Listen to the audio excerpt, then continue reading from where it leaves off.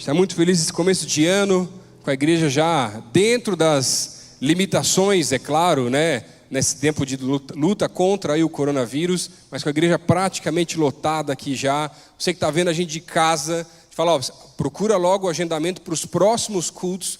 Deus está fazendo coisas sobrenaturais aqui nesse lugar, desde o começo do ano, e eu tenho certeza que esse ano vai ser um ano fantástico do Senhor aqui, nessa nossa igreja. Você tem uma ideia, você já começar a orar por isso também.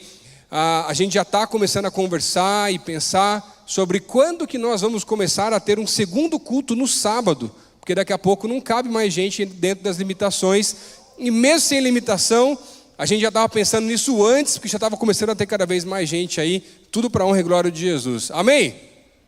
Amém, glória a Deus. Hoje à noite eu quero conversar com vocês um pouquinho aqui através dessa mensagem e dar sequência nessa série que nós começamos no primeiro sábado de janeiro, falando sobre os sinais que João vai descrever sobre Jesus. E à medida que João descreve esses sinais, ou os milagres, que é como ele vai chamar, os milagres que Jesus havia feito, e ele descreve somente estes 7 milagres do seu evangelho, sendo totalmente diferente dos outros evangelhos, e ele tem razões específicas do porquê ele descreve só esses 7 milagres ou esses 7 sinais. E à medida que Jesus revela cada um destes sinais, e cada um é completamente diferente do outro, é muito interessante porque à medida que ele começa a revelar a sua própria identidade, quando a gente observa essa revelação, quando nós observamos esses textos, a gente começa a aprender que na verdade os sinais também servem não só para revelar quem Jesus é, mas eles também servem para revelar quem Jesus é através de nós, ou em nós. E esse é o tema dessa nossa série de mensagens. E hoje queria estudar com vocês o terceiro sinal, a cura de um paralítico no tanque de Betesda. Não precisa abrir a Bíblia ainda, daqui a pouquinho a gente vai chegar e ler o texto juntos, mas muito interessante, Deus tem falado muito comigo através dessa série, desde a primeira mensagem, quando o Senhor Jesus transforma a água em vinho, e ele se revela como o Senhor do tempo. Logo depois, o segundo sinal, na mesma cidade, também em Caná da Galileia, ele vai revelar que ele é o Senhor do espaço, quando ele cura o filho de um oficial do rei que estava a cerca de 30 quilômetros de distância, sem nem mesmo ter chegado perto daquele jovem. E agora nesse sinal que o Senhor vai fazer, à medida que ele cura um paralítico, existem muitas coisas que o Senhor quer revelar ao nosso coração, mas principalmente esse texto vai revelar não só que Jesus ele é o Filho de Deus, não só que ele é o Messias, não só que ele é o Senhor do sábado, mas principalmente, e é onde nós queremos ter o foco hoje aqui nessa noite, que ele também é o Senhor em quem nós precisamos depositar todas as nossas esperanças.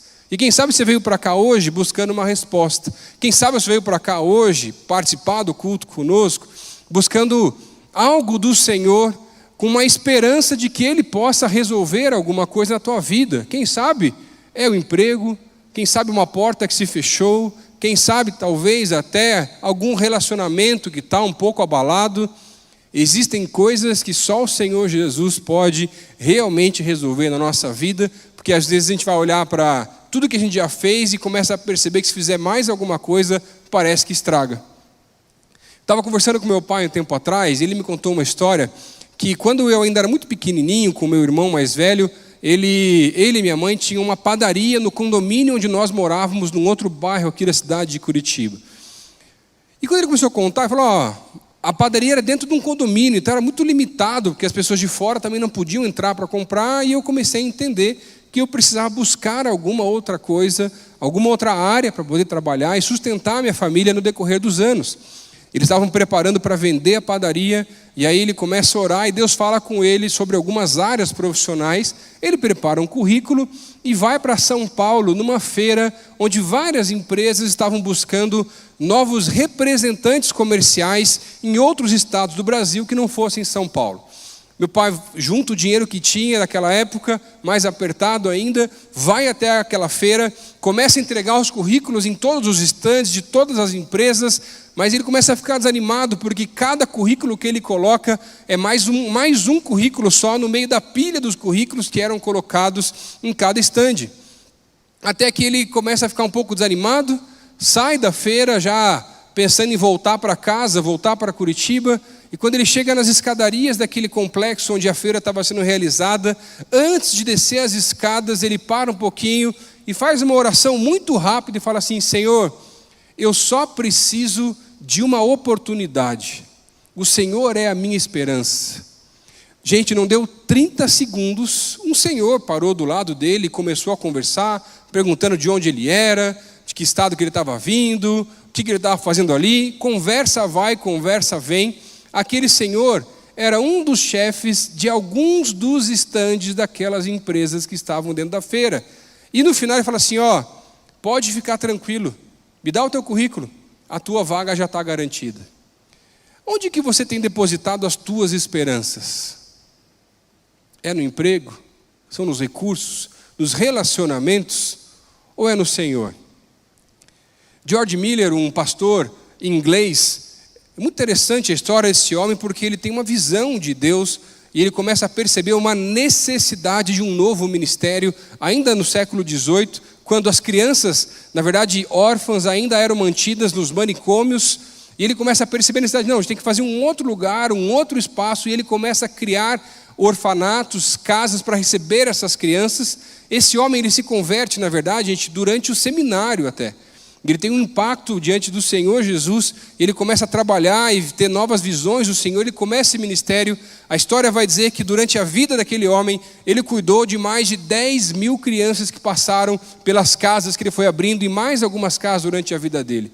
Mas é interessante porque em alguns momentos eram muito difíceis, por mais que as esperanças dele estivessem no Senhor, alguns momentos faltavam os recursos, alguns momentos faltavam alimentos, alguns momentos as coisas eram complicadas, como também é na minha vida e também é na sua vida.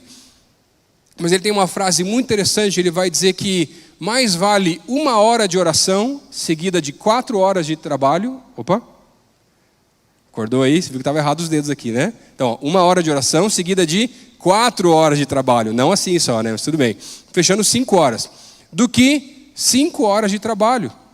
E à medida que nós colocamos o Senhor em primeiro lugar, e Ele é a razão da nossa esperança, as coisas sobrenaturais do Senhor acontecem na nossa vida. E em tantas as histórias de milagres que aconteceram através do ministério daquele homem, uma delas, quando faltou leite para que as crianças tomassem no café da manhã, não haviam mais recursos, não tinha mais o que fazer, ele junta as crianças e começa a orar com as crianças. Poucos minutos depois, alguém bate na porta da casa e vai dizer que o carrinho do leite tinha quebrado a roda, ia estragar o leite, perguntando se eles não queriam ficar com o leite para não ter que jogar fora. Quando nós colocamos a nossa esperança em Deus, coisas sobrenaturais do Senhor realmente acontecem. Pastor, mas é tão difícil a gente conseguir colocar a nossa esperança no Senhor. É? Por quê? Por nossa culpa.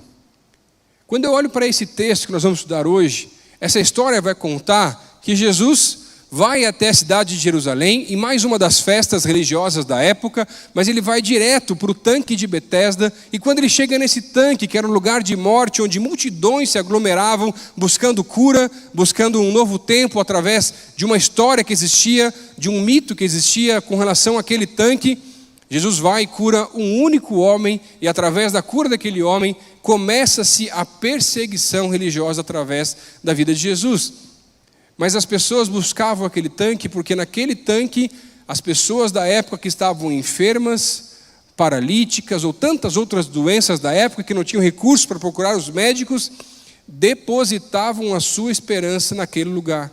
E o Senhor vem naquele lugar para dizer: olha, aqui não é mais o lugar de ter esperança. Eu sou a esperança. Abre a tua Bíblia aí no capítulo 5 de João, eu quero ler a primeira parte desse capítulo junto com vocês, para estudarmos a palavra do Senhor juntos aqui hoje também. João 5, a partir do versículo 1, diz assim a palavra de Deus: algum tempo depois, Jesus subiu a Jerusalém para uma festa dos judeus. Há em Jerusalém, perto da porta das ovelhas, um tanque que em aramaico é chamado Betesda, tendo 5 entradas em volta. Ali costumavam ficar um grande número de pessoas doentes e inválidas, cegos, mancos e paralíticos. Eles esperavam um movimento nas águas. De vez em quando descia um anjo do Senhor e agitava as águas. O primeiro que entrasse no tanque, depois de agitadas as águas, era curado de qualquer doença que tivesse. Um dos que estavam ali era paralítico, faziam 38 anos. Quando viu deitado e soube que ele vivia naquele estado durante tanto tempo, Jesus lhe perguntou: você quer ser curado? Disse o paralítico: Senhor, não tenho ninguém que me ajude a entrar no tanque quando a água é agitada. Enquanto estou tentando entrar, outro chega antes de mim. Então Jesus lhe disse: levante-se, pegue a sua maca e ande. Imediatamente o homem ficou curado, pegou a maca e começou a andar. Isso aconteceu num sábado. E por essa razão, os judeus disseram ao homem que havia sido curado: hoje é sábado, não lhe é permitido carregar essa maca. Mas ele respondeu: o homem que me curou me disse: pegue a sua maca e ande. E então lhe perguntaram: quem é esse homem que lhe mandou pegar a maca e andar? O homem que fora curado não tinha ideia de quem era ele, pois Jesus havia desaparecido no meio da multidão. Mais tarde, Jesus o encontrou no templo e lhe disse: olhe, você está curado, não volte a pecar para que algo pior não lhe aconteça. O homem foi contar aos judeus que fora Jesus quem o havia curado. E então os judeus passaram a perseguir Jesus, porque ele estava fazendo essas coisas no dia de sábado. Disse-lhe Jesus: meu Pai continua trabalhando até hoje, e eu também estou trabalhando. Deus, nós queremos orar mais uma vez e pedir, Pai, que o Senhor fale aos nossos corações através dessa palavra. Usa a minha vida mais uma vez aqui nesse lugar, Deus, mas seja o Senhor falando aqui aos nossos corações, através desse texto que é muito conhecido, mas tem tanta coisa rica, onde nós podemos também aprender a depositar as nossas esperanças. Pai, por favor, Senhor, essa é a minha oração, Deus, no nome de Jesus. Amém. O texto aqui nos ensina que nós devemos depositar as nossas esperanças, ou melhor, todas as nossas esperanças em Jesus. E hoje eu quero aprender, junto com vocês, quais são as situações que podem ofuscar a nossa verdadeira esperança. Porque um dos maiores sinais de um seguidor de Jesus é que as pessoas que estão vendo ele percebem que ele tem uma esperança que eles não conseguem entender. Quando as coisas estão totalmente complicadas ao seu redor, por mais que ele também fique triste, por mais que ele também fique ansioso, ele é muito mais estável do que as outras pessoas, porque as esperanças dele, as nossas esperanças estão no Senhor, e não simplesmente em qualquer outra garantia que nós podemos ter.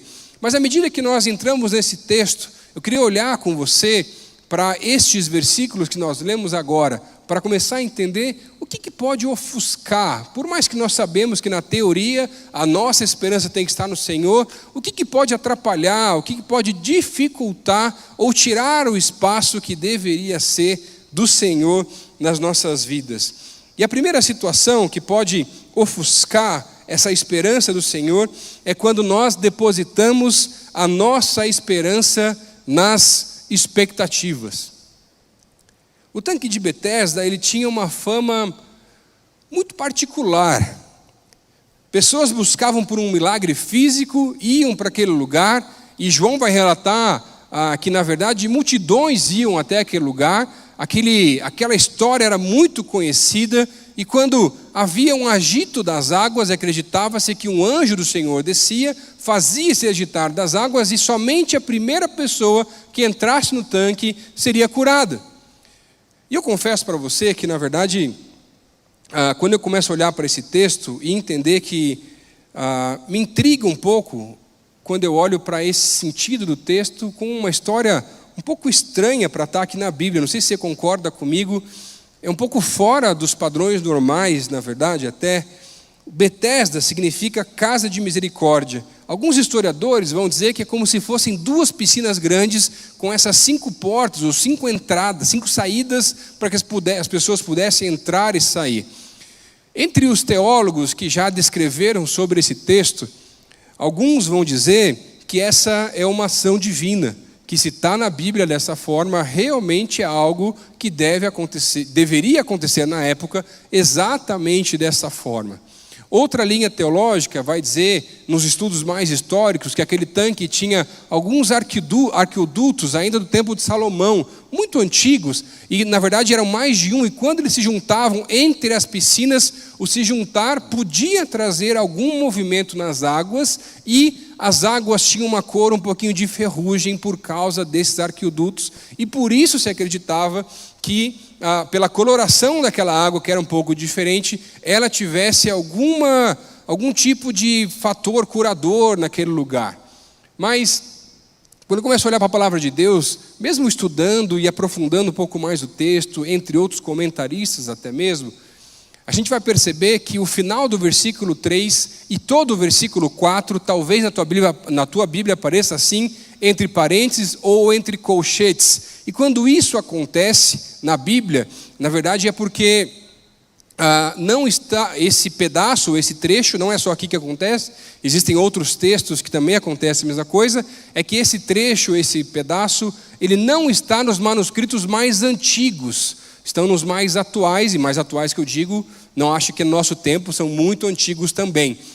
E aí, ele pode ser um adendo, ou uma tentativa de explicar por parte dos copistas, aqueles que iam copiando a Bíblia e juntando os seus pedaços ainda na história da humanidade.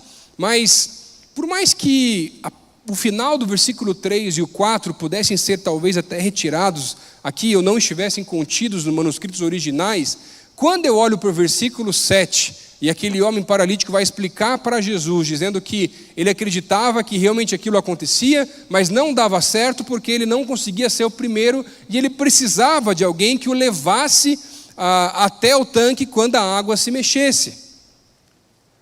E à medida que eu fui estudando, tentando entender, eu falei, Deus, o que tem nesse negócio aqui? É verdade? É mito? É lenda? O que é esse negócio?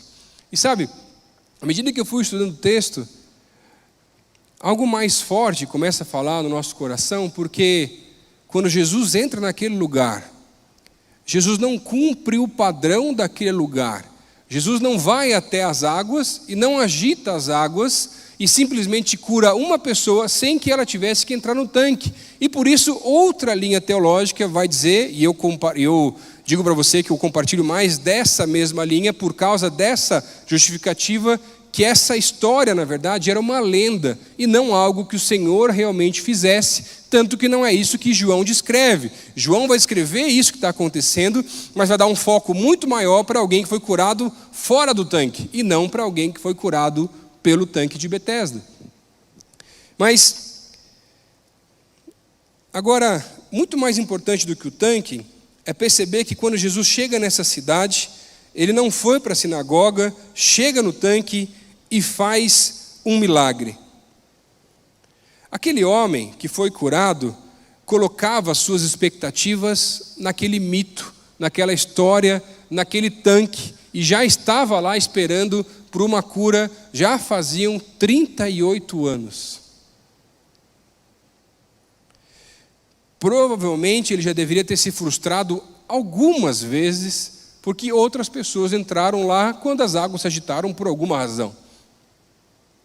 Mas Jesus chega naquele lugar, que era um lugar de morte, e vai dizer que as expectativas daquele homem estavam no lugar errado.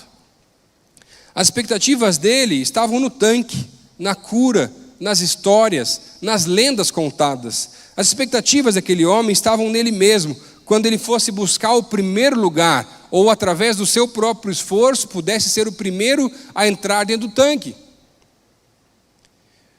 Mas Jesus vai olhar para aquele homem e simplesmente vai dizer: levante-se, pegue a sua maca e ande. E assim Jesus vai começar a mostrar para aquele homem que ele não precisava colocar as expectativas dele no mesmo lugar, no mesmo tanque, da mesma maneira que todas as outras pessoas que estavam naquele lugar buscando a mesma coisa estavam fazendo, mas que ele precisava depositar a sua esperança em Jesus. Mas e no seu caso? Onde é que você tem depositado as tuas expectativas? Para melhorar de vida? É em uma pessoa? Você realmente acredita que uma pessoa, seja ela quem for, ela vai melhorar completamente a tua vida e resolver todos os teus problemas? É em jogo de azar? Mega Sena, tudo esse negócio aí? É nisso que você coloca a tua esperança? É na vacina que você coloca a tua esperança? Você realmente acha que depois da vacina a tua vida vai ser muito melhor?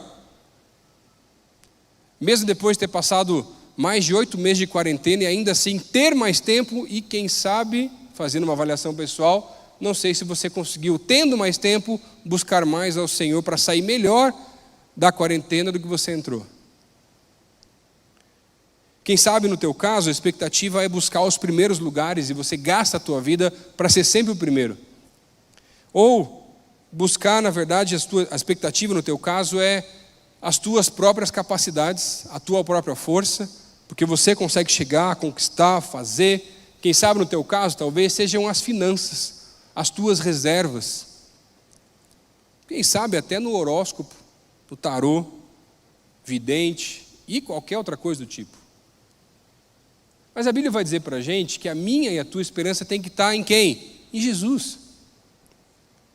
E todas as vezes que nós colocamos as nossas expectativas em coisas, em pessoas, e não em Jesus, deixa eu adiantar, um dia, pode até demorar, um dia você vai se frustrar. Por que você está gastando a tua vida para ser o primeiro, se Jesus já veio dizer que Ele é o primeiro? Por que você está perdendo tanto tempo e tanto esforço, quando o chamado do Senhor para mim e para você é para ser o segundo? Por quê? Quando eu era adolescente, ainda há poucos anos atrás, digamos assim, eu estava conhecendo uma menina lá na igreja que eu participava na época, e eu tinha recém perdido a minha mãe, eu tinha acho que uns 15 anos de idade na época, e foi um negócio meio estranho, porque à medida que a gente começou a se aproximar, as coisas estavam caminhando bem rapidamente para a gente começar a namorar, e antes de começar até, do nada ela sumiu do mapa. Eu falei, nossa, primeira coisa quando alguém termina com você, você pensa, o que eu fiz de errado? Você começa a fazer uma avaliação pessoal para saber qual que é a tua parte naquele negócio, mas nem sempre o problema é você, tá? Às vezes faz a avaliação, mas também não fica se culpando tanto assim. E aí ela sumiu, eu não sabia o que estava acontecendo, eu tentei procurar, tentei ligar, tentei ir atrás, e ela não respondia. Eu falei, cara, mas devo ter feito muita besteira, não é possível. E aí os anos se passaram, meu pai estava indo pastorear uma outra igreja, eu fui com ele, então a gente acabou perdendo o contato. E eu me frustrei muito com aquela situação, por mais que adolescente, né, com 15 anos as frustrações são realmente bem grandes, por mais que os problemas não sejam tão grandes assim, é um negócio meio diferente, muito volátil essa parte da frustração adolescente, mas anos depois, um dia ela veio me procurar para conversar, ela tinha terminado um outro relacionamento, e aí quando a gente começou a conversar, finalmente ela me contou o porquê que ela tinha terminado comigo, que na época o pastor nosso, né, meu pastor na época também, tinha conversado com ela e falou, olha, o Lucas está passando uma fase muito difícil, de luto, e ele pode confundir os sentimentos, e eu acho que não é bom para você se envolver com ele agora. Mas ela entendeu como se fosse um recado direto para simplesmente cortar relações e sumir do mapa. E eu confesso para vocês que além de ter me frustrado com ela, me frustrei também com aquela recomendação daquele líder também, que era um líder meu daquela época também, que eu sempre reconheci muito e continuo reconhecendo. Por mais que aquela situação tenha me frustrado, eu comecei a perceber com o tempo que na verdade eu colocava as minhas expectativas de felicidade em primeiro lugar num relacionamento, e depois eu colocava algumas das expectativas minhas de felicidade na aprovação de líderes da minha vida. Não só espirituais, mas em outras áreas também. Mas o Senhor começou a me ensinar com o tempo que o Senhor era o único que poderia resolver qualquer carência do meu coração. O Senhor era o único que poderia resolver qualquer situação em meio às lideranças e às pessoas que eu precisava me submeter nos mais diversos momentos, por mais que em alguns casos, algumas decisões não fossem da melhor forma que eu entendesse. E assim eu poderia amadurecer. Onde é que você tem colocado as tuas expectativas? Se a tua expectativa de felicidade está em qualquer coisa ou em qualquer pessoa que não seja Jesus, você vai se frustrar.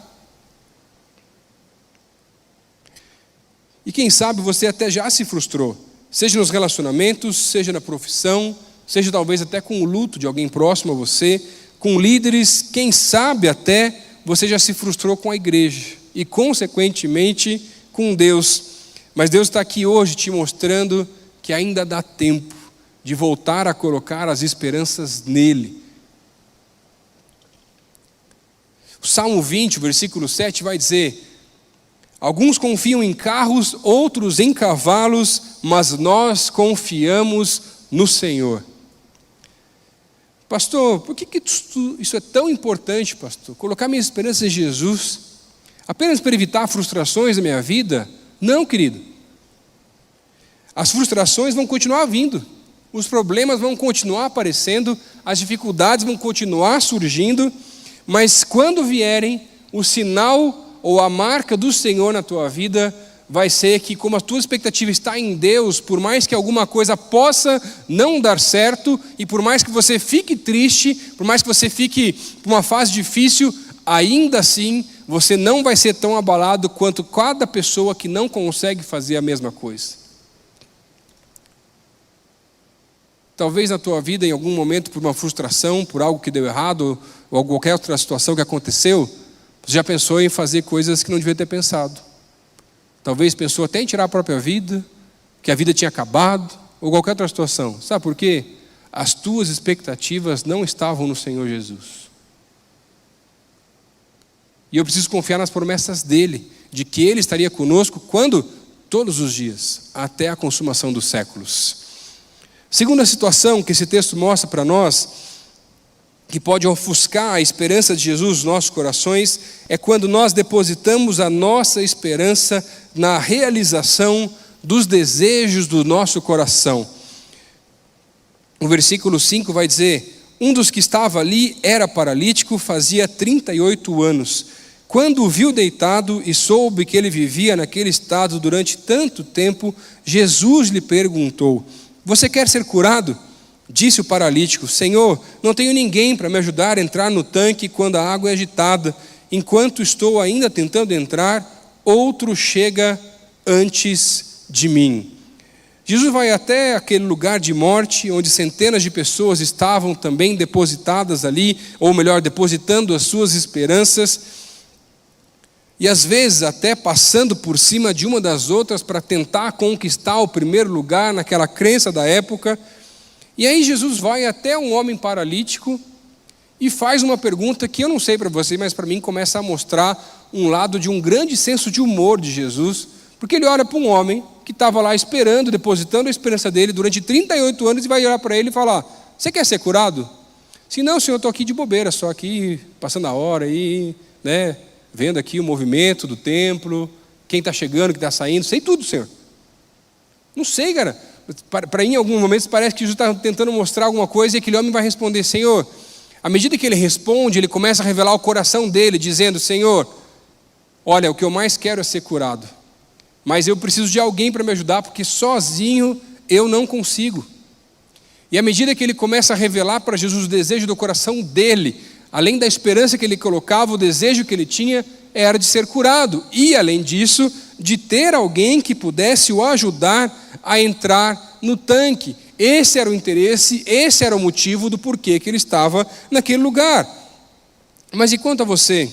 Quais são os seus desejos para satisfazer aquilo que está no teu coração? Ou talvez, quais são ou qual é o seu maior desejo? Quais são os seus interesses ao conversar com pessoas, ao buscar alguma área, ao tentar mudar alguma coisa na tua vida? Quais são os seus interesses? Estavam lá, quando eu era adolescente ainda, era uma outra pessoa agora, antes de você me julgar, estava me aproximando de uma outra pessoa e levei ela para minha casa um dia, para tomar café junto com meu pai. Já estava conversando há alguns meses, Eu não sei se você já teve essa experiência de levar a primeira vez um namorado, uma namorada em casa. É uma situação assim super tranquila, de boa, ninguém fica nervoso, ainda mais quando você tem um pai que gosta de dar umas cutucadas. E aí eu lembro que meus irmãos, graças ao Senhor, não estavam em casa naquele dia, tinham ido para um acampamento, para alguma coisa. Provavelmente eu escolhi aquele dia por causa disso, para uma primeira impressão ser um pouquinho melhor, né, tentar dar uma melhorada no negócio. Mas eu lembro que estava eu, meu pai e essa menina, e aí a gente começou a tomar café, começou a conversar, e graças ao Senhor estava indo tudo bem. Até quando? Até o momento que eu estava muito apertado para ir no banheiro, eu precisava ir no banheiro. E eu fiquei 2 minutos fora daquela mesa só.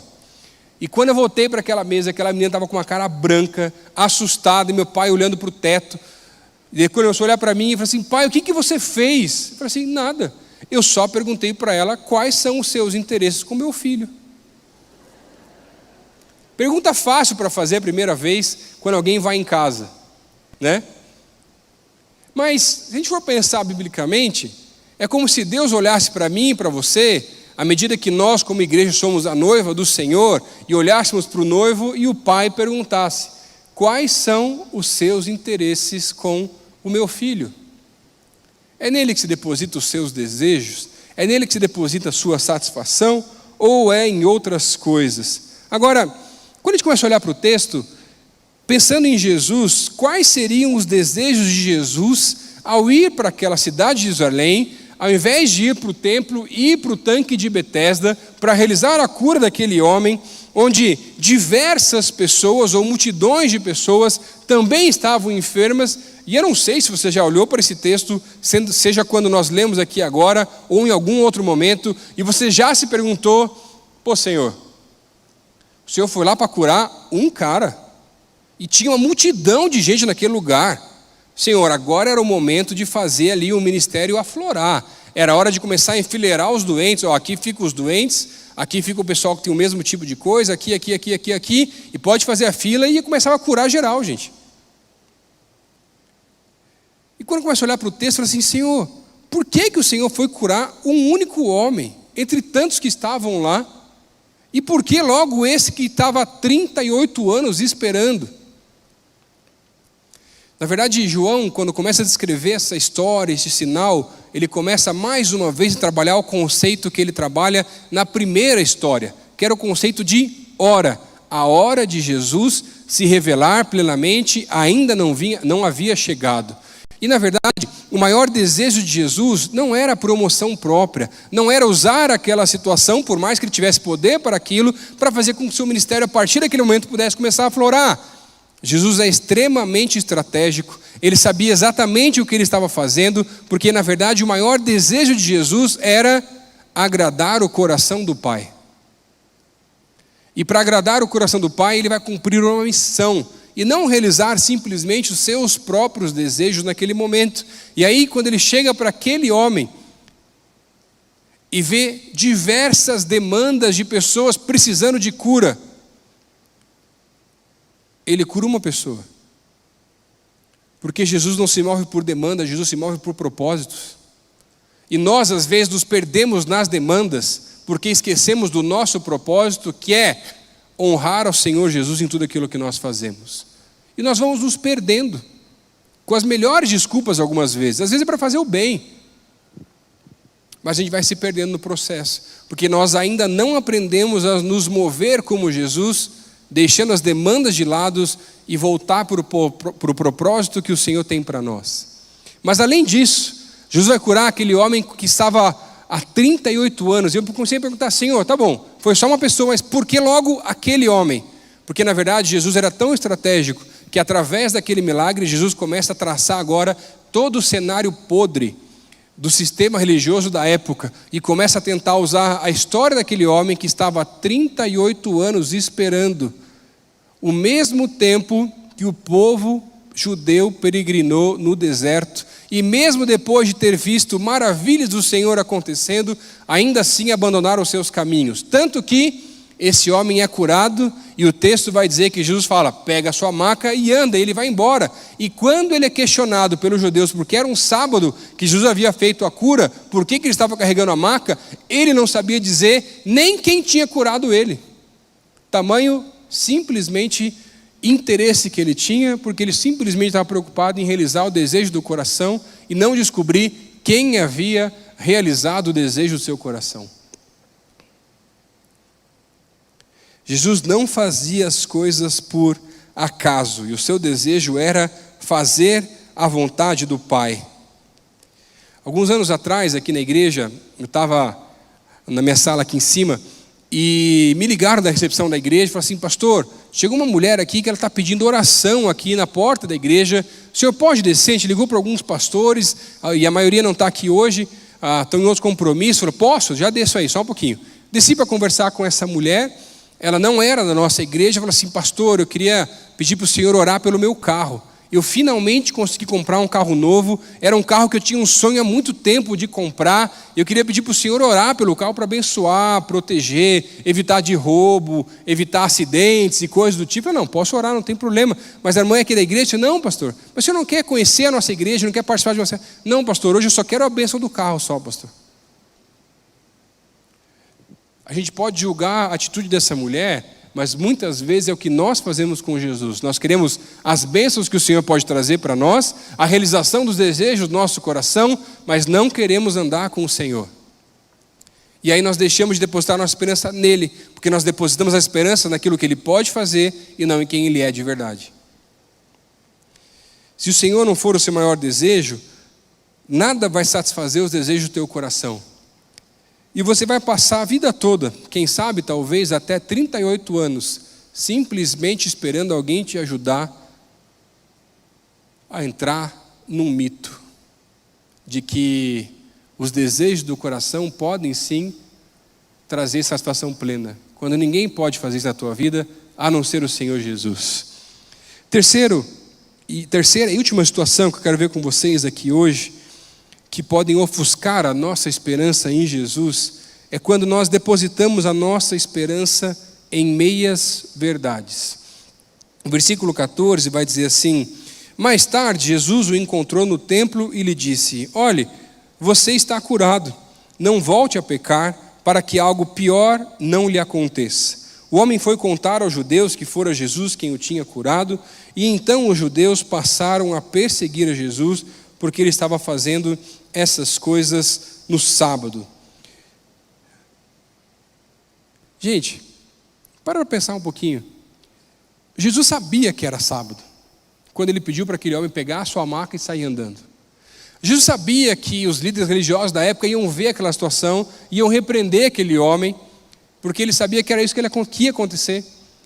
Jesus sabia que a partir daquele momento, à medida que os líderes religiosos da época iriam o procurar para questionar o porquê que ele havia curado num sábado, a perseguição ia começar, e tudo aquilo estava planejado e estava na agenda do Senhor Jesus. Agora, Jesus, com todo esse sinal, vai realizar esse diagnóstico do sistema religioso podre daquela época, que vai, na verdade, descrever, por exemplo, por que um homem estava esperando há 38 anos por um milagre, por uma lenda no tanque que estava na porta do templo, na porta das ovelhas, e nenhum líder religioso estava preocupado em tentar ajudá-lo a chegar antes dos que os outros que estavam em melhores condições físicas. Ele era um cara esquecido. E os líderes religiosos da época não faziam nada. Os líderes religiosos da época também deixaram o milagre de lado e se preocuparam muito mais pelo fato de ser um sábado. Ou não usaram da mesma intensidade para perseguir o homem que estava carregando a maca, como usaram para com Jesus. Repreenderam, mas deixaram ele passar. Agora com Jesus não, a conversa foi muito maior. Os religiosos não conseguiam enxergar a verdade de que o Messias estava entre eles e estavam se limitando à lei. Tanto que, olha que interessante, se você abrir a tua Bíblia aí, no mesmo capítulo 5, logo após o versículo 17, vai começar uma conversa do Senhor Jesus com os líderes religiosos da época, e no versículo 39, no versículo 40, vai ter uma chave, onde o Senhor começa a mostrar como que eles não conseguiam enxergar que Ele era o Messias. O versículo 39 vai dizer assim: vocês estudam cuidadosamente as Escrituras, porque pensam que nelas vocês têm a vida eterna, e são as Escrituras que testemunham ao meu respeito. Contudo, vocês não querem vir a mim para terem a vida eterna.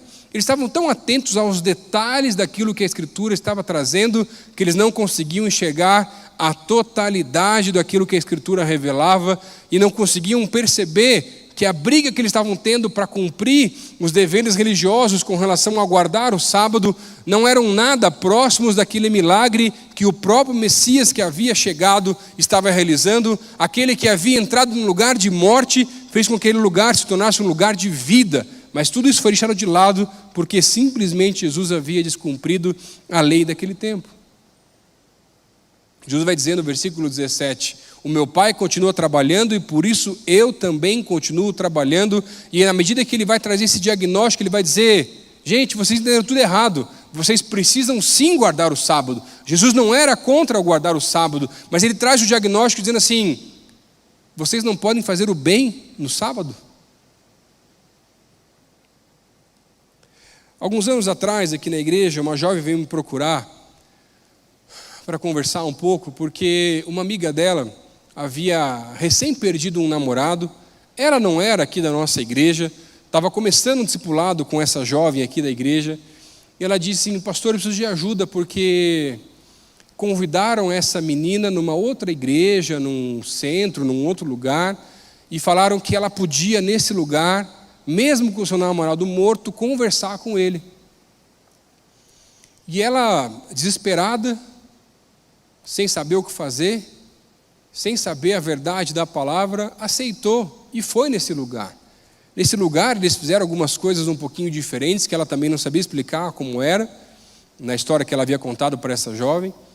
E disse assim, e tinha um homem lá que ele escrevia num papel algumas coisas como se fossem desse namorado que já havia morrido, como se fosse psicografando, acho que seria a palavra para isso. E aí, segundo ela, no relato, a letra era muito parecida e algumas histórias eram histórias que ela conhecia e que ela havia vivido com o seu namorado. E ela saiu daquele lugar assustada, mas muito sem saber o que fazer. Será que isso é verdade? Será que isso não é verdade? Como brasileiros, infelizmente o nosso país ele é muito sincrético. A gente mistura diversas religiões para criar uma própria religião daquilo que nos conforta e daquilo que nos agrada mais. Então, se lá faz isso, eu vou aqui, mas agora não me agradou nisso, agora vou em outro lugar, e a gente vai misturando algumas coisas. Essa é a realidade ou o diagnóstico do Brasil no quesito religioso. Mas sabe qual que é o problema? Nos falta conhecimento da palavra para entender que a palavra é a verdade. E à medida que nós somos confrontados com histórias, situações complicadas, coisas que são até alguns convites e coisas como essa jovem havia vivido, eu preciso voltar para a palavra. Quando você me escuta pregar ou qualquer outro pastor e você escuta alguma coisa que talvez não te agrada tanto, eu preciso voltar para a palavra. Agora, se o que não te agrada é porque a palavra de Deus te confronta com alguma coisa, aí você precisa começar talvez a trabalhar mais a tua vida em algumas áreas. Aquilo que aquela jovem fez não é verdade. Biblicamente falando agora, é uma meia verdade. É uma forma de tentar fazer com que as pessoas acreditem que isso é possível. Mas quando eu creio na integralidade da palavra de Deus, eu creio que não existe contato entre o mundo dos vivos e o mundo dos mortos. Porque é isso que a Bíblia vai dizer. Quando Lázaro está no céu e um rico estava no inferno, em uma parábola que Jesus vai colocar, eles estavam conversando e aquele homem falou: deixa eu voltar, ou vai você para poder falar com os meus familiares para eles não virem para o mesmo lugar que eu estou. E Jesus vai dizer: não existe contato entre esses mundos, a cada um cabe a decisão da vida deles. Ou, por exemplo, como em 2 Crônicas, capítulo 11, versículo 14, vai dizer: Isso não é de se admirar, pois o próprio Satanás se disfarça de anjo de luz. A crença na palavra de Deus é que quando isso acontece, são demônios, Satanás, tentando enganar, inclusive aqueles que conhecem ao Senhor, das mais diversas formas, porque eles conhecem tudo aquilo que nós fazemos e deixamos de fazer. A única coisa que ele não conhece são os nossos pensamentos. Ou quando eu olho, por exemplo, para a vida de Saul, que morreu, e um dos fatores ou um dos motivos que a própria Bíblia vai colocar é por fazer consultas a necromantes. Agora, onde é que você tem depositado? O que você tem depositado no teu coração como verdade? São teorias que você aprendeu em diversos lugares, é isso que deposita no teu coração como verdade, que ocupa tanto espaço que deixa Jesus de lado?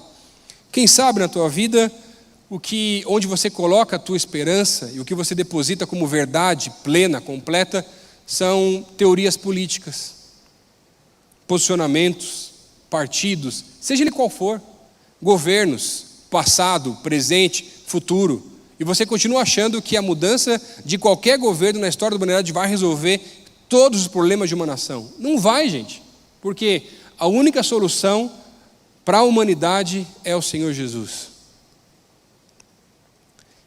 Discussões teológicas incompletas, quem sabe você tem depositado no teu coração como verdade tudo que você fica vendo em rede social por aí. Quem sabe são os prazeres da vida que você deposita como verdade no teu coração. Opiniões de pessoas, personalidades que debatem sobre todos os assuntos, sem, em alguns casos, não quero generalizar, ou na maior parte dos casos, nunca estudaram sobre aquele assunto, mas são experts de redes sociais para comentar sobre qualquer assunto que eles precisam comentar. Porque, afinal de contas, é o assunto do momento. E a gente dá mais ouvido para essas coisas do que para a palavra de Deus na nossa vida. Ou, quem sabe, literaturas, experiências. O que é que você tem depositado como verdade, que é assim e pronto? Você sabe o que a Bíblia diz a respeito desse assunto? Será que essas verdades que você tem depositado no teu coração, elas são maiores ou menores do que a palavra de Deus na tua vida? Todas as vezes que elas forem menores, ou melhor, todas as vezes que elas forem maiores do que a palavra de Deus na tua vida, o Senhor Jesus não tem espaço no teu coração. Por quê? Jesus não quer você por um pedaço, Ele quer você por inteiro. E Ele não negocia, seja politicamente, financeiramente, emocionalmente ou qualquer outra área da vida. E Ele quer tratar a tua vida da melhor forma. Mas existem áreas talvez que para você, ou causas que são mais importantes do que Jesus na tua vida. Já parou para avaliar isso? Para pensar se talvez você não está dando mais importância para outras coisas na tua vida? Quem sabe, gente, até o teu trabalho. E o teu trabalho não é mais uma ocupação para ser o lugar onde Deus te usa para falar de Jesus para as pessoas, mas é o objetivo da tua vida.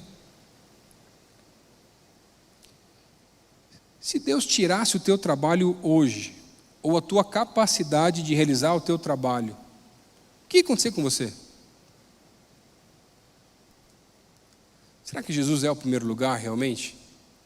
Eu estava conversando com um tio meu há muitos anos atrás, e ele não era cristão na época, e lembro que a gente já adolescente, começo da juventude, falando às vezes de namoro, casamento e coisas assim, ele começou a trazer um padrão que é a realidade do padrão do mundo, mas não é o padrão daquilo que Jesus tem para nós. Ele falava assim, olha, quando eu casei, eu queria deixar uma dica para vocês, estava eu, meus irmãos, meus primos, tudo junto, só os homens conversando, e só homem conversando, normalmente não dá muito certo, mas era aquilo que estava acontecendo, e aí ele disse assim, olha, antes de casar, dica dele, ou dica que é normal no mundo que nós vivemos, infelizmente, assim, não case sem você fazer um test drive antes com a pessoa que você vai casar.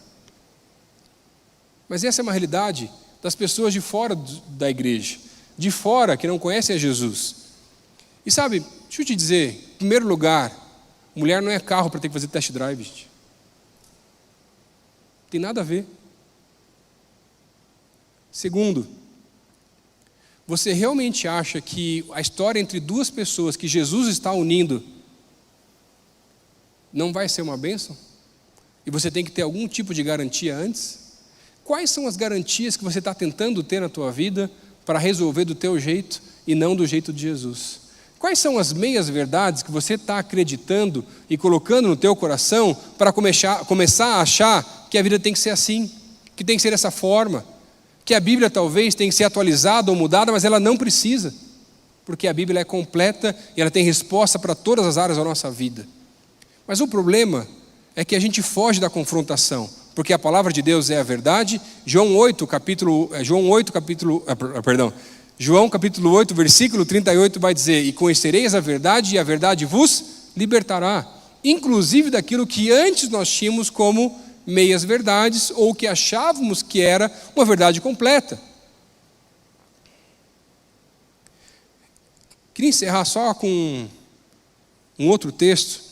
Tiago, no primeiro capítulo, a partir do versículo 23, vai começar a comparar a palavra de Deus como um espelho.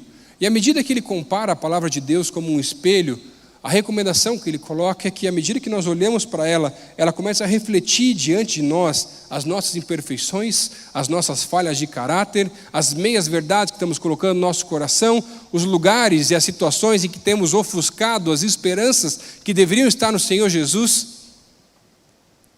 E a palavra de Deus começa a nos confrontar. Mas pastor, quantas vezes eu preciso olhar para a palavra de Deus desse jeito como um espelho? Quantas vezes forem necessárias, até o momento em que a palavra de Deus seja a maior verdade na minha vida e na tua vida. E eu sei que essa mensagem hoje não é daquelas mensagens, talvez, que a gente sai daqui super feliz, porque o pastor falou exatamente o que eu precisava ouvir, e foi tão gostoso. E eu estava orando tanto para preparar essa mensagem, demorou bem mais tempo do que o normal até, não só entre os estudos, mas de algumas coisas. Falei assim: Deus, mas é isso que o Senhor quer falar? Porque é confrontação. É lapada, como dizem por aí. Mas de vez em quando é o que a gente tem que ouvir. Porque tem que colocar a nossa vida em ordem. E tem que voltar a colocar a nossa esperança em Deus. Será que você tem ofuscado a tua esperança em Jesus por causa das expectativas, na tentativa de realizar os desejos do coração, ou quem sabe simplesmente porque você está depositando meias verdades e gastando a tua vida por outras causas, que não a causa de Jesus? E a causa de Jesus a gente não gasta a vida, sabe por quê? A causa de Jesus não tem que ser defendida. Jesus sabe se defender muito bem sozinho. A causa de Jesus tem que ser vivida. E à medida que nós vivemos, revelamos os sinais da sua glória, para que as pessoas que estão à nossa volta possam perceber que a nossa esperança está em Jesus. E eu sei que Deus falou com muita gente hoje, mas talvez de maneiras até mais doídas. E se Deus falou contigo hoje, eu queria pedir para você ficar de pé no teu lugar, eu quero orar com você. Dizer assim: Senhor, eu preciso voltar a colocar as minhas esperanças totais no Senhor Jesus. Eu continuo acreditando, eu continuo sendo cristão, mas por alguns momentos eu percebi que as esperanças foram sendo ofuscadas. Por várias razões, por vários fatores. Mas eu preciso voltar a colocar minha esperança no Senhor, voltar a esperar. Esperar o quê? Uma palavra dos céus. Para aí eu poder decidir, para aí eu poder fazer, para aí eu poder seguir aquilo que o Senhor tem para a minha vida.